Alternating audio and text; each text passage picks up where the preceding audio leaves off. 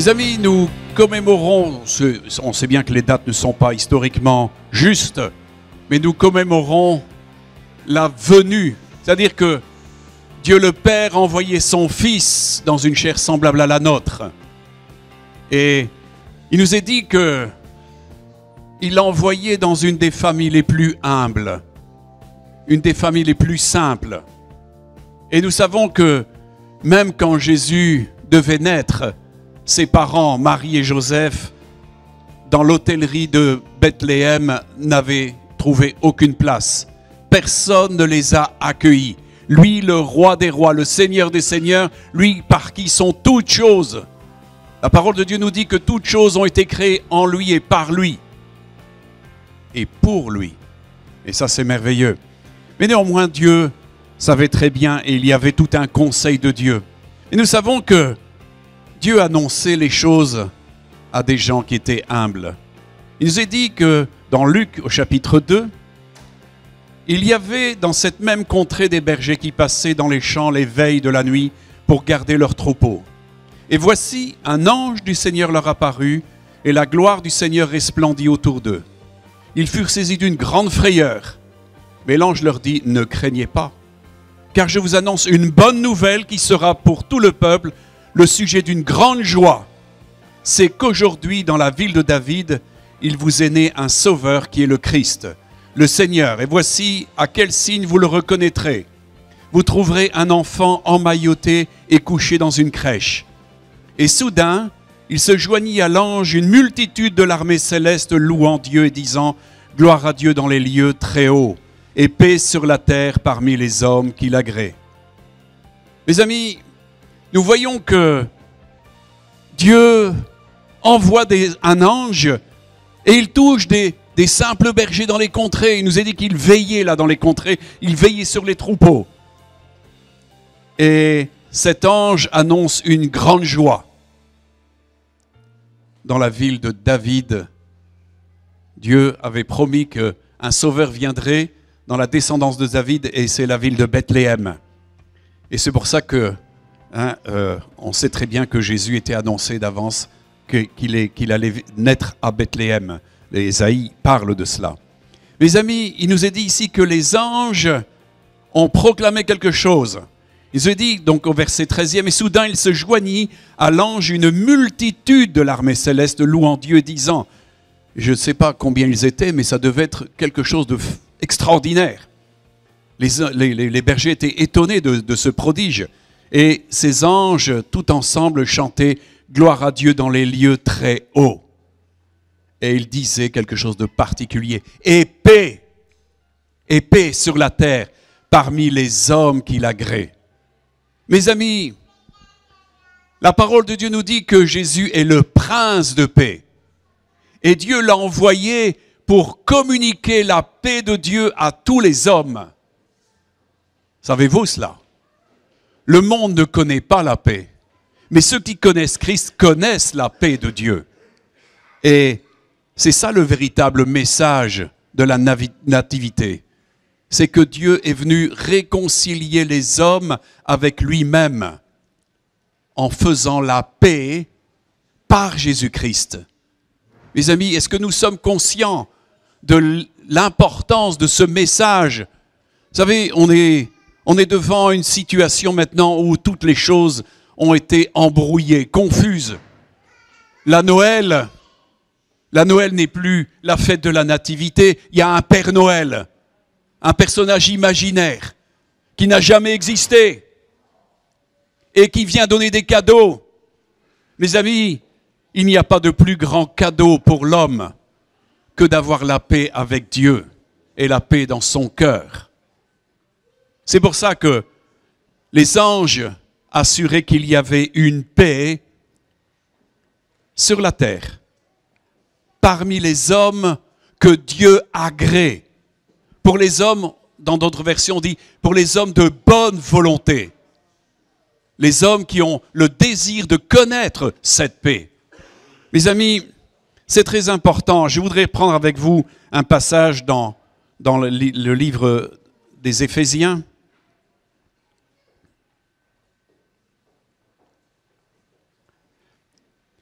au chapitre 2, dans l'Épître aux Éphésiens, chapitre 2, à partir du verset 11e.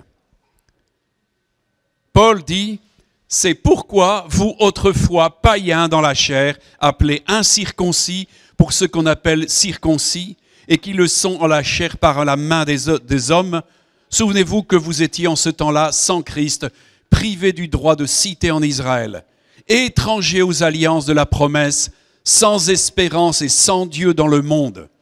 Mais maintenant, dit-il, en Jésus-Christ, vous qui étiez jadis éloignés, vous avez été rapprochés par le sang de Christ, car il est notre paix, lui qui des deux n'en a fait qu'un, et qui a renversé le mur de séparation, l'inimitié, ayant anéanti par sa chair la loi des ordonnances dans ses prescriptions.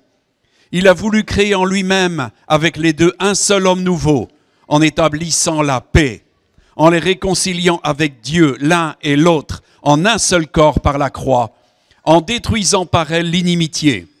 Il est venu annoncer la paix à vous qui étiez loin, et la paix à ceux qui étaient près. Car par lui, les uns et les autres, nous avons accès auprès du Père dans un même esprit. Ainsi donc, vous n'êtes plus des étrangers, ni des gens du dehors, mais vous êtes concitoyens des saints, gens de la maison de Dieu. Vous avez été édifiés sur le fondement des apôtres et des prophètes, Jésus-Christ lui-même étant la pierre angulaire. En lui, tout l'édifice, bien coordonné, s'élève pour être un temple saint dans le Seigneur. En lui, vous êtes aussi édifiés pour être une habitation de Dieu en esprit. Mes amis, quel merveilleux message que cela! Il est notre paix. Il nous a rapprochés, nous qui étions loin. Nous étions étrangers aux choses de Dieu. Mais Christ est venu pour nous réconcilier avec Dieu. Il est notre paix. Mes amis, connaissez-vous cette paix? Connaissez-vous cette paix? Il est venu accomplir toutes choses. Savez-vous que Jésus, c'est vrai, on fête ici la nativité et c'est vrai qu'on pense au petit Jésus. Petit Jésus, mais il n'est pas resté petit, mes amis. Il est devenu le Seigneur du monde, le Sauveur du monde. Il a grandi parmi les hommes, mais il avait une vocation, il avait un message. Il avait un ordre du Père, c'était de donner sa vie pour chacun d'entre nous. Mes amis, s'il n'avait pas donné sa vie, il n'y aurait aucune paix pour aucun homme. Mais maintenant, il y a ceux qui connaissent vraiment la paix avec Dieu, l'intimité avec Dieu, la proximité de Dieu. Pourquoi? Parce que nous voyons ici, dans ce texte, il nous a rapprochés, nous qui étions loin de Dieu. Mes amis, avez-vous été rapprochés par Jésus-Christ? C'est ça qui est important. Il faut concrétiser ça dans sa vie maintenant. Il est le sauveur du monde. Et il est important que chacun ici soit sauvé. Il n'est pas venu pour rester simplement un petit enfant. Il a été fait homme. Il est devenu un homme afin d'offrir sa vie en expiation pour chacun de nos péchés. C'était le but de la nativité. C'était pas de rester un petit enfant. C'est mignon un petit enfant. Mais le but de Dieu, c'était pas que Jésus reste petit. C'est qu'il grandisse et qu'il donne sa vie. Et il est notre paix. Il nous a rapprochés du Père. Il nous a dit qu'il a accompli toutes les ordonnances. La parole de Dieu nous dit en Colossiens que, à la croix, il a anéanti, liquidé tous les actes d'accusation qui peuvent être levés contre nous par nos péchés, par nos offenses, par notre iniquité, par notre injustice, par nos transgressions. Il nous a dit qu'il a tout expié, tout ce que nous avions fait. Et que par lui, justement par cette expiation, il nous a dit qu'il a anéanti tout ce qui pourrait se lever contre nous, tout ce qui pouvait nous accuser. Aussi, celui qui reçoit Jésus, mes amis, reçoit une justice qui est de Dieu. Pas une justice des hommes, mais une justice qui est de Dieu. Et c'est ça l'important. C'est que nous recevions cette paix qui est communiquée par cette justice, par cette grâce. il nous a fait grâce de tous nos péchés. Mes amis, il est important que nous réalisions cela de notre vivant. Beaucoup de gens, selon les religions officielles catholiques et chrétiennes qui est erronée, beaucoup de gens pensent que le salut ne viendra qu'après, que là vous connaîtrez si vous êtes sauvés ou non. Mais mes amis, le salut, c'est quelque chose à expérimenter en ce temps. Quand vous avez la paix avec Dieu, vous êtes réconciliés avec Dieu et vous connaissez Dieu. La parole de Dieu nous dit ici que nous avons accès auprès du Père par un même esprit, c'est-à-dire par l'Esprit Saint. L'Esprit Saint nous amène dans la présence de Dieu. Et ça, c'est important. C'est quelque chose à concrétiser, mes amis. Le message de la nativité, c'est un message de paix, de bonnes nouvelles. Mes amis, c'est ça l'évangile. Vous n'avez aucune œuvre à faire, sinon que de croire que Jésus est venu pour vous pardonner vos péchés. Il est notre paix et il nous a rapprochés du Père. Mes amis, c'est très important cela. Le Père a envoyé son Fils dans une chair semblable à la nôtre. Mais ensuite, il est monté vers le Père. Que nous dit les Écritures? Jésus a dit, je viens bientôt. Mes amis, il y a une restauration du royaume de Dieu sur toute la terre. Sur toute la terre, ça vient. Pierre, dans un de ses sermons du début, a dit au peuple qui était là devant lui, « Repentez-vous, convertissez-vous, afin que Dieu vous donne des temps de rafraîchissement et qu'il envoie à nouveau celui que les cieux doivent recevoir pour un peu de temps, qu'il envoie jusqu'au rétablissement de toutes choses. » Jésus a dit qu'il venait rétablir le royaume de Dieu sur la terre. Il a été envoyé comme petit enfant, mais il revient comme Seigneur de toute la terre. Et ceux qui connaissent sa paix auront part à ce royaume. Le royaume sera sur toute la terre. Mes amis, est-ce que vous voyez beaucoup de royaumes en paix maintenant? Vous n'entendez que ça, de la guerre, du djihad, des massacres de partout. Mais savez-vous que quand le Christ revient, pour la deuxième fois, il restaure la justice sur toute la terre. Et le fruit de la justice, le fruit de la droiture, sera la paix et la sécurité partout. Est-ce que vous êtes en sécurité? Est-ce que vous êtes en paix? Est-ce que dans les grandes villes, une dame peut sortir le soir en sécurité, en paix? Qui a la sécurité? Mes amis, tous les services de protection de bâtiments font des affaires énormes pour détecter tous les vols, toutes les injustices.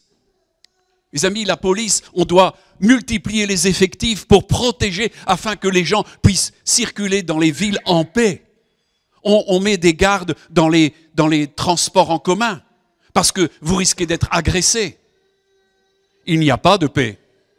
Il n'y a pas de paix jusqu'au moment où le Père envoie à nouveau son Fils pour restaurer la paix. C'est le deuxième envoi du Fils de Dieu. C'est le royaume restauré sur toute la terre. Jésus a dit, allez, dites, le royaume de Dieu vient. Allez et dites, je viens. Mes amis, il n'y a pas que le message de la nativité, il y a l'ensemble du message de Christ qui est venu une fois pour préparer un peuple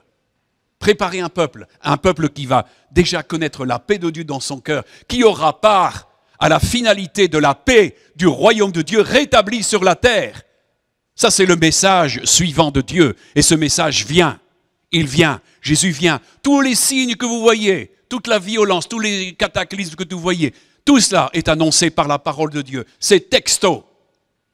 Il y a accomplissement, sur accomplissement, sur accomplissement. Mais l'accomplissement qui vient avec puissance, c'est ce petit enfant qui a donné sa vie, qui est devenu un homme et qui est monté aux cieux.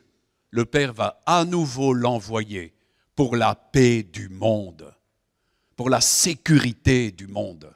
Mes amis, est-ce que vous connaissez cette paix-là? Est-ce que vous connaissez le Seigneur de gloire qu'est Jésus? Il est important qu'il demeure en vous, afin que vous connaissiez sa paix. Amen. Les amis, je vais plus loin dans le message de cette fête de Noël, de cette fête de la Nativité. Parce que sinon, c'est un message amputé du suivi, de la finalisation. Dieu va finaliser son plan. Dieu a de la suite dans les idées. Les hommes n'ont pas la compréhension. Le monde religieux n'a pas la compréhension de ces choses-là. Mais ceux qui sont unis à Christ, ceux qui ont accès auprès du Père par un même esprit, connaissent ces choses-là. Moi, je suis en parfaite adéquation avec plein de gens dans le monde, au Canada, en Amérique, tout partout. Bientôt, je vais aller à Tahiti pour un mois pour prêcher. Je suis en adéquation avec ce même enseignement, avec ces gens de là-bas. De partout, il y a un peuple qui connaît la paix de Dieu et qui attend la réalisation de cette paix sur la terre. Mes amis, ce temps-là vient. Ce temps-là vient. Et êtes-vous prêts pour ce temps-là? Est-ce que l'enfant Jésus, que vous voyez dans une crèche, emmailloté, devient pour vous le Seigneur de gloire qui a donné sa vie afin que vous ayez une vie éternelle? Jésus a dit, celui qui croit en moi ne me périra jamais, même s'il meurt. Je le ressusciterai au dernier jour. Et ce dernier jour est bientôt là. La première résurrection vient. Et nous régnerons avec Christ sur la terre, dit la parole de Dieu. Nous régnerons avec Christ. Le règne de Christ n'est pas sur la terre. Savez-vous, avez-vous entendu ce que dit la prière que Jésus nous a enseignée? Notre Père qui est dans les cieux, que ton nom soit sanctifié, que ton règne vienne, que ta volonté soit faite sur la terre comme elle est faite dans les cieux. Dans les cieux, le règne de Christ, la volonté de Dieu, elle est faite d'une manière parfaite. Mais il faut que cela vienne. Et c'est pour ça que depuis 2 millénaires, les véritables chrétiens prient cette prière d'une manière prophétique parce qu'ils attendent la réalisation du projet de Dieu, du règne de Dieu sur la terre, qui sera un règne de paix et de justice. Amen. Un règne d'amour.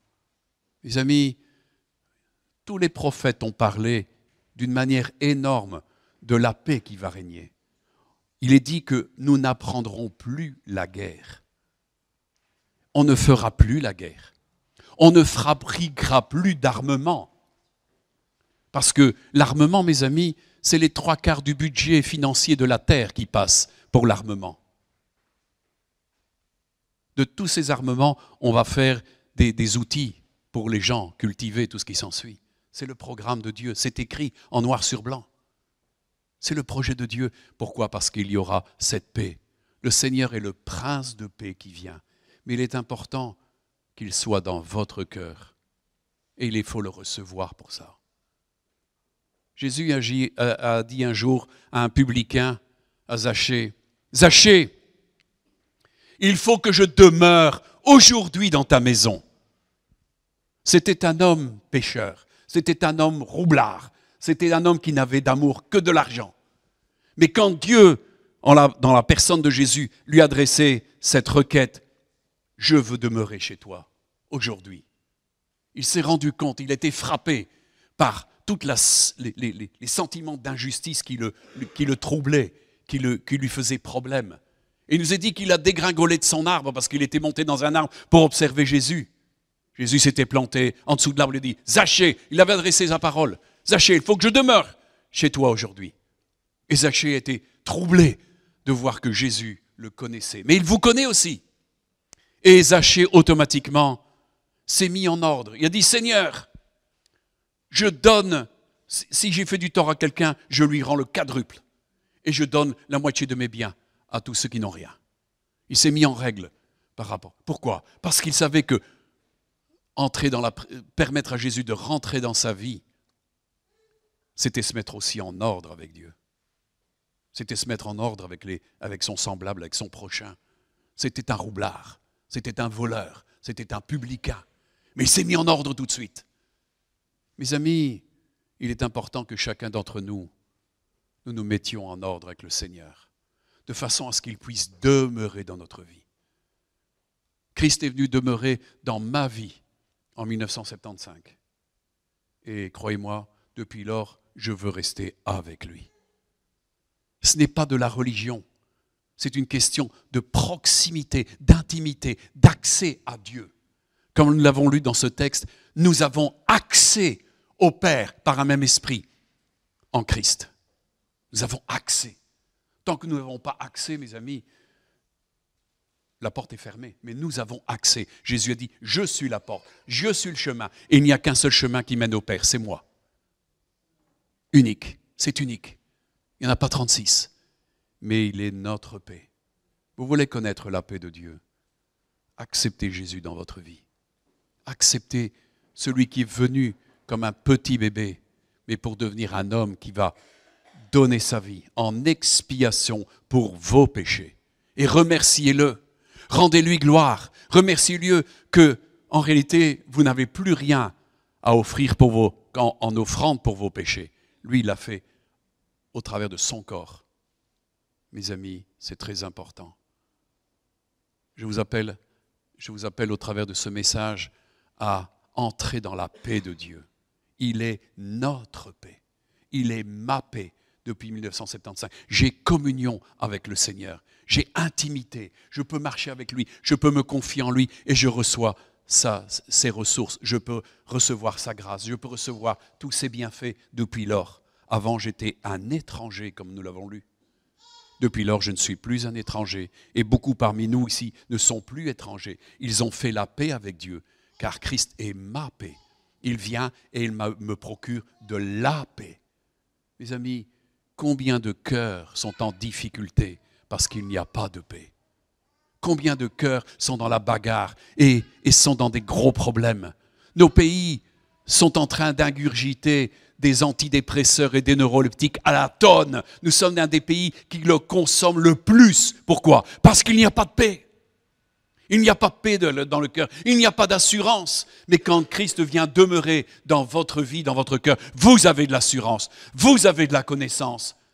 Vous avez une présence avec Dieu. Et cette présence, c'est souverain, c'est fort. Mes amis, ça c'est la continuité du message de Noël, de la nativité. Beaucoup de gens ne pensent qu'à un petit bébé, mais il est beaucoup plus qu'un petit bébé.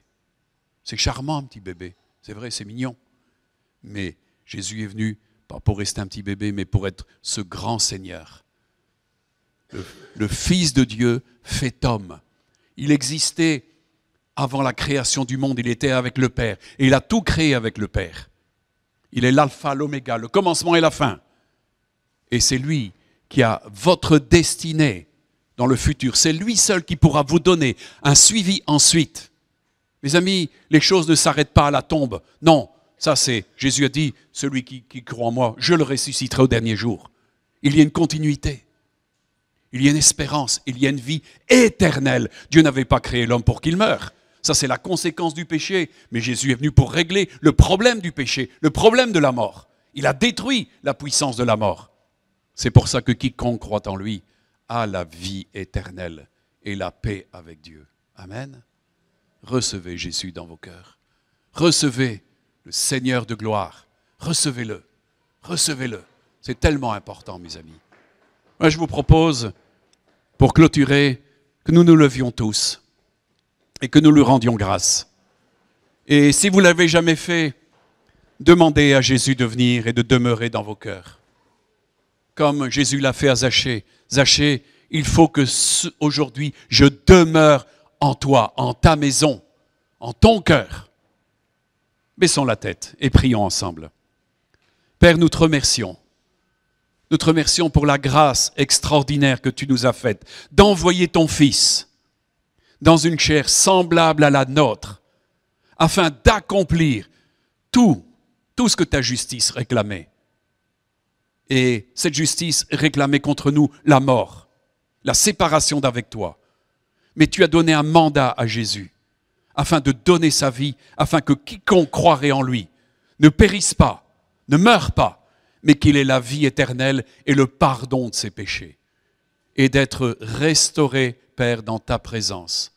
et de recevoir ta paix, ta joie, ta présence d'une manière extraordinaire, d'une manière spirituelle. Père, je te rends grâce de tout cela. Et Jésus, nous voulons aussi élever nos cœurs et notre esprit vers toi et te louer d'avoir accepté de faire la volonté du Père, d'accepter de quitter la gloire qui était la tienne auprès du Père, pour prendre une forme semblable à la nôtre, afin de venir comme un petit enfant, de grandir parmi les hommes, mais aussi, surtout, d'être conduit jusqu'à la croix. Et c'est toi-même, tu l'as dit, tu t'es donné, tu as donné ton corps, tu as laissé verser ton sang pour l'expiation de nos péchés. Merci Père, merci Jésus. Merci Saint-Esprit de nous communiquer tout cela et de valider tout cela. Père, je te prie de venir dans le cœur de ceux qui sont sérieux avec toi ce matin et qui veulent vraiment une expérience de paix avec toi, de réconciliation avec toi, de rapprochement auprès de toi, par Jésus ton Fils. Par Jésus ton Fils. Père, je te prie de les toucher. Ta parole dit que à tous ceux qui ont reçu la parole de Dieu, l'évangile de Dieu, cette parole a donné le pouvoir de devenir enfants de Dieu, lesquels sont nés non de la volonté de la chair, mais de la volonté de Dieu. Père, je te loue de ce que tu fais une œuvre dans le cœur de ceux qui croient, qui saisissent ta parole et qui veulent vivre l'éternité avec toi, couverts de justice, remplis de la grâce, remplis de l'Esprit Saint, remplis de la connaissance de Dieu et de la foi de Christ. Merci Père. Merci pour toute cette matinée. Merci pour les enfants qui se réjouissent et qui dansent devant toi. Merci pour les moniteurs, monitrices qui se sont occupés particulièrement des enfants. Et Seigneur, afin qu'ils soient bénis et que tous nous soyons ici bénis. Nous te remercions pour ce temps de fraternisation où nous avons pu parler ensemble, manger ensemble, boire un peu ensemble. C'est tellement bon de pouvoir, Père, faire tout cela. Mais ce qui est important, Père, c'est d'être avec toi, d'être réconcilié avec toi, d'avoir la paix avec Dieu. Merci pour cette paix surnaturelle. Elle n'est pas de l'homme.